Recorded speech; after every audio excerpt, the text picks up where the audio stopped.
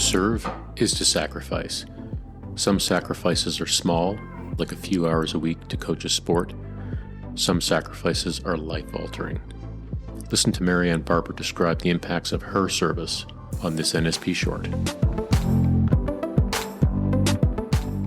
Certainly during my last tour, so like my fourth tour. So now I've done 4 tours in 6 years, essentially, if you look at, it's like 2002 to 2008. And I've got 4 deployments in there, 2 in Kandahar specifically. I started having nightmares I had 2 beautiful dogs, a Rhodesian Ridgeback and a Weimaraner back then. And I would start having nightmares about them getting blown up and me not being able to save them while I was in Kandahar in 2008. And so I was like, well, that's probably not good. And I was very aggressive. And I'm pretty direct as a person. And I was even more blunt and more direct. And I certainly I started having really significant compassion fatigue, which can be a symptom of burnout, but it all kind of ties in, and was really struggling morally with, kind of some of the things we were seeing and dealing with. And, I felt like I was advocating for death a lot in patients that I knew we were never going to save, and wanted, compassion in death. 'Cause it seemed like at times that we were just trying to save everything. Especially we would bring in our civilian specialists who were, amazing, surgeons and internal medicine guys, and they were great, but they came with the Canadian mentality of everybody who comes in the hospital gets saved. And, I remember one night working in the ICU and, with this poor Afghan soldier, because remember 96% of our casualties at the World 3 were either Afghan National Army, Afghan National Police, local nationals. We also took care of the Taliban. So almost everybody we saw was Afghan.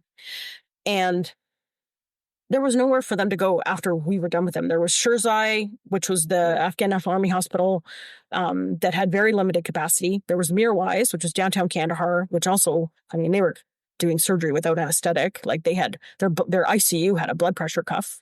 Their family members provided care, and the poor healthcare people from Afghanistan were trying to manage in this crazy environment with nothing. So there's nowhere for anybody else for people to go. We are it. We are, the only major hospital in southern Afghanistan. The Brits have a role too in Helmand, which is limited capacity, and us.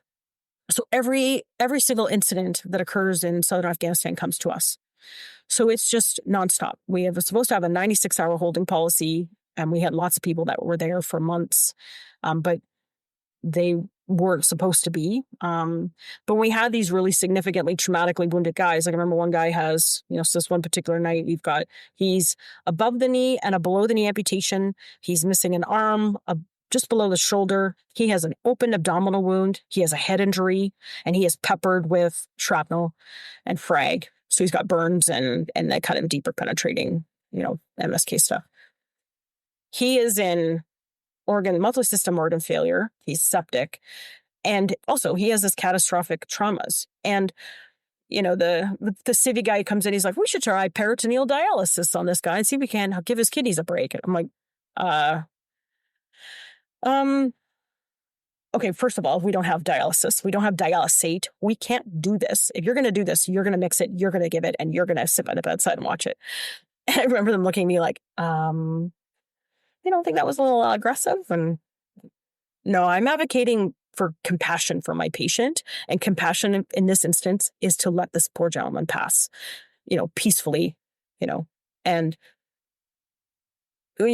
being here in Canada, obviously that's not something that I think, you would try everything that you could, but over there was nowhere for this guy to go to get the care that he needed. There's no prosthetic piece. There's no care. Half of our patients would end up on the Bridge of Tears, where if they're not helping and contributing to their family, they're put on this bridge in Kandahar and they're just going to let them to die.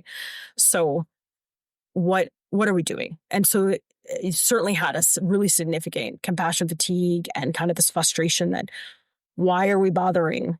And that's, as a clinician, when I think back, like, wow, I was really far gone. And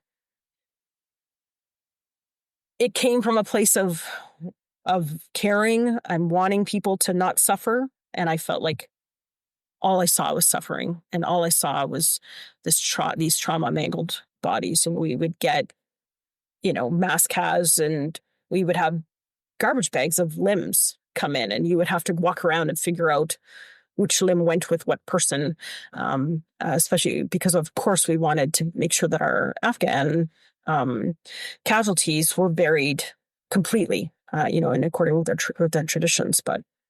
And we sat with every single patient who died. We hands on chest or held their hand and just sat with them. We turned them east. We would cover them with a blanket, and our Afghan interpreters would read from the Quran.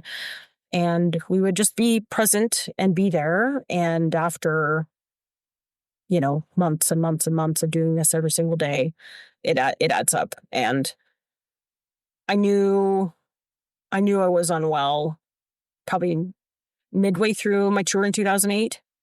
And by the time I got home, like, I was just hanging on by a fingernail. I remember our flights were delayed, and I was just trying to get home. And so, of course, in fine military fashion, you leave Afghanistan, you go to Cyprus, which, it's a shit show. And then you come back, and I think we actually landed in Trenton. I'm like, let me off the plane. Like, I could see my house from here. But like, no, you got to go to Edmonton and do the departure group, and then you can fly back. I'm like, this is the stupidest thing ever. Right. So, and then we go to Winnipeg and let off some people there. And then we finally arrive in Edmonton. And of course, we're delayed. And I miss my first flight. So finally, they let us off. I don't even have to go to the base now. They're going to let me now just go directly into the terminal. So we get it, I'm like, you could have just let me off in Trenton. Anyway, so we go, I fly home, flight's delayed, leaving Edmonton. Now the civilian flight's delayed. Land in Toronto, and my little puddle hopper Dash 8 that goes from Toronto to Kingston leaves early. So I'm like running to the gate, and they've left early. And like, we paged you. I'm like, could you not see that I was on? And I'm still in full uniform. I'm still in my tans. And they're like, well, and we can get you on the next flight. It's like 6 hours later. I'm like, I can walk home faster. Like, I'm so done. I just want to get home. I want to see my dogs. I wanted to see my husband at the time. And I'm like, I just need to get home. And I knew that I was hanging on by a thread. I wasn't sleeping well. I was having flashbacks now with sounds and smells and terrible, terrible nightmares and night terrors. And I'm just like this robot zombie of a human. And still don't have a cell phone that I'm using. And I'm in the airport, and I'm on the payphone in the corner calling. And call my husband. I'm like, stand down, the chain of command. Everybody's supposed to be meeting me at the airport in Kingston. I'm like, I missed the flight. They left early. I'm on this flight. And I'm bawling. I'm very emotional. I'm like crying. And an airport worker is standing down below on the tarmac in Toronto, and he sees me. And he came up to the airport and found me. And he's like, coming or going? I'm like, coming. And he just gave me a big hug. And I cried in his stranger's arms for probably like 5 minutes. And he was like, thank you for your service. And I cried some more. And then he left. I never got his name, but like, just so impactful, like, that somebody actually cared. Because I felt like we landed, and all of a sudden you're back in Canada, and what you just left and what you're witnessing with all this death and destruction and dismemberment. And then it's like the world is carried on.